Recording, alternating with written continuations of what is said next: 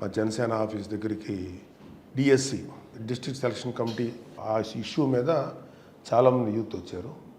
నేను వాళ్ళని ఏంటో అర్థం చేసుకుంటే ట్రై చేశాను.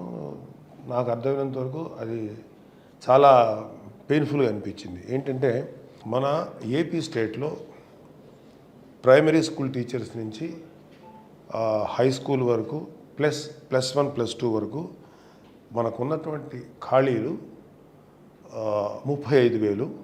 రేపొద్దున 1 year 2 years రిటైర్ అయిపోతే కూడా చాలామంది టీచర్లు దాదాపు 40,000 మందికి రీచ్ అవుతారు. రాజశేఖర రెడ్డి గారు వాడిన కాన్సెప్టే జగన్మోహన్ రెడ్డి గారు మెగా డిఎస్సి రిలీజ్ చేస్తాం అంటే 35,000 పోస్టులకి టీచర్లు భర్తీ చేస్తాం అనేటువంటి మాట చెప్పారు. జరిగిపోయి ఇంచుమించు 5 సంవత్సరాలకు పూర్తిగా వస్తున్న తరుణంలో మొన్న ఒక 6,000 మందిని అనౌన్స్ చేశారు. ఇది 6,000 మంది అంటే 35,000 పోస్టులకి 6,000 మందిని అనౌన్స్ చేశారు. సో ఇంకా చాలా దీంట్లో ఈ క్లిష్టమైనటువంటి మ్యాటర్ ఉన్నా కూడా నాకు అర్థమేం జరిగేంటంటే వీళ్ళందరూ కూడా ఈ కుర్రవాళ్ళందరూ కూడా ఒక ఈ qualified TET teacher eligibility test pass అయిన వాళ్ళు ఇంచుమించు 10 లక్షల మంది ఉన్నారని వాళ్ళు చెప్తున్నారు. ఒక 50,000 లక్ష అటు ఇటుగా ఉన్న 10 లక్షల మంది ready to write the exam DSC exams రైటానికి రెడీగా ఉన్నారు. అయితే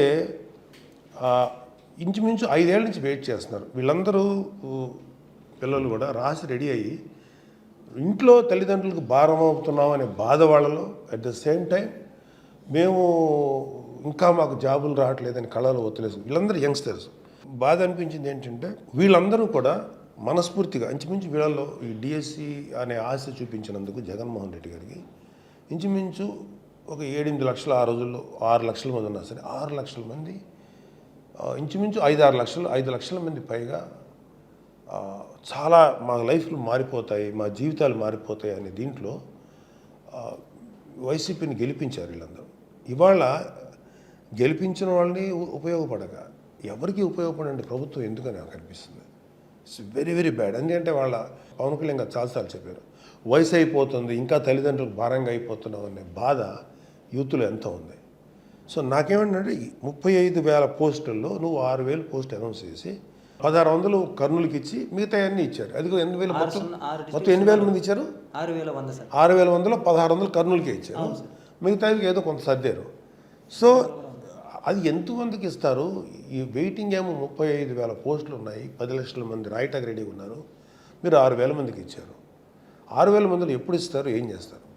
డెఫినెట్గా ఇది మేము ఎంతవరకు చేయగలుగుతాం అంతవరకు చేస్తాం. జనసేన టీడీపీ అలయన్స్లో మేము ఎంతవరకు చేయాలో మనస్ఫూర్తిగా చేస్తాం. 10 లక్షల మంది మేము చూడాలి. 10 లక్షల మంది వెనకాల ఉన్నటువంటి ఒక కుటుంబాన్ని చూస్తున్నాం. 10 లక్షల కుటుంబాలు, అందులో కనీసం 35,000 కుటుంబాలు బాగుపడతాయి. మిగతా వాళ్ళు క్వాలిఫై కాకపోవచ్చు. ఈ కుర్రలందరూ ఏం చేస్తున్నారు? గత 5 సంవత్సరాల నుంచి వస్తుంది జాబ్ అని చెప్పి చేసి మరి బతుకు తెరువు కోసం వీళ్ళు కూలి పనులకు వెళ్ళటం లేకపోతే ఇంకేదన్నా వరి కోతలకు వెళ్ళటం విద్య బోధించడానికి ముందుకు వచ్చినటువంటి యంగ్ టీచర్స్ వీళ్ళు అక్కడికి రిస్ట్రిక్ట్ అయిపోతే యూత్కి ఎవరు జ్ఞానం బోధిస్తారు? ఎవరు చదువు చెప్తారు? సో ఇదంతా మాకు చాలా డిస్టర్బ్గా అనిపించింది. బయటకు వచ్చినప్పటికి పాపం వాళ్ళందరినీ చూసి నాకు బాధ అనిపించింది.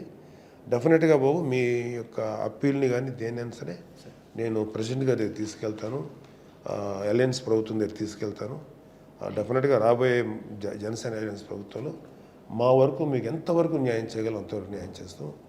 మేమేంటంటే మీ ఎవరైతే 10 లక్షల మంది ఉన్నారో క్వాలిఫై అయిన వాళ్ళు మేము మిమ్మల్ని ఓటర్గా చూడటం లేదు, మనుషులుగా చూస్తున్నాం. So you try to understand what is our perception towards people. మనుషులుగా మేము ఎంత గౌరవిస్తుందో తెలుసుకోండి. సో మీరేం చేస్తారు అదనేది మీ వ్యక్తిగత ఇష్టం.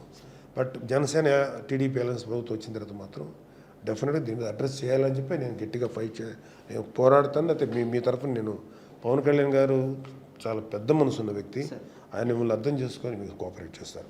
ఓకేనా? థ్యాంక్ యూ బాబు. మీ పేర్లు ఏంటండి? చంద్రశేఖర్, శివకుమార్, భార్గవ్ సాయి, రమేష్. వీళ్ళు 4 లోపలికి వచ్చారు. బయట చాలామందితో మాట్లాడి మీరు చూశారు. సో మీ అందరికీ మేము ఎంతవరకు న్యాయం చేయగలం మనస్ఫూర్తిగా న్యాయం చేస్తాం.